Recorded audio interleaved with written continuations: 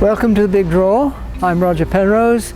This is the pattern in front of the Andrew Wiles building, the mathematics building, and it's based on drawings I made which involve two different rhombus shapes and stainless steel strips which match together to produce a pattern which never repeats itself. Well, the Big Draw is an organization which is promoting drawing and encouraging people to draw. I happen to be a scientist myself and a mathematician, and I use drawings in perhaps somewhat unusual ways often, but it's very important to my thinking as well as in order to try and explain things to other people. These drawings can represent things which are very hard to express in equations. You can certainly write equations for these things, but to get a feeling for what's going on, to have a picture is very important.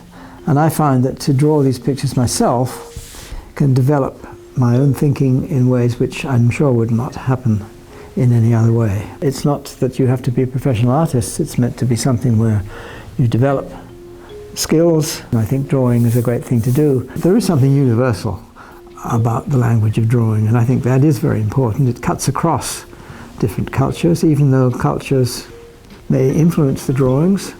It is something which is, in a sense, transcendent to cultural differences. I do like to make them quite representational because I may be trying to make a picture of something which is in, say, higher dimensions. Draw things in 2 dimensions, we can models of things in 3 dimensions, but I work in general relativity, which is a theory which involves space and time together, so you have 4 dimensions, and often one wants to try to have a picture of what's going on in 4 dimensions.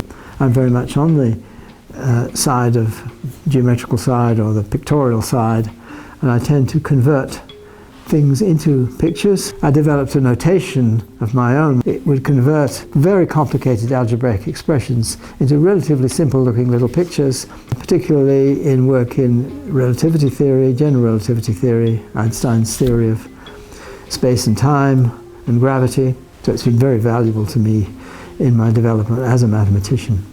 It's important that people shouldn't look down on it. I think that it's often thought, you know, okay, people draw for fun, or if they're really skilled, then they might be drawing professionally. I think that they could be used more in teaching young children.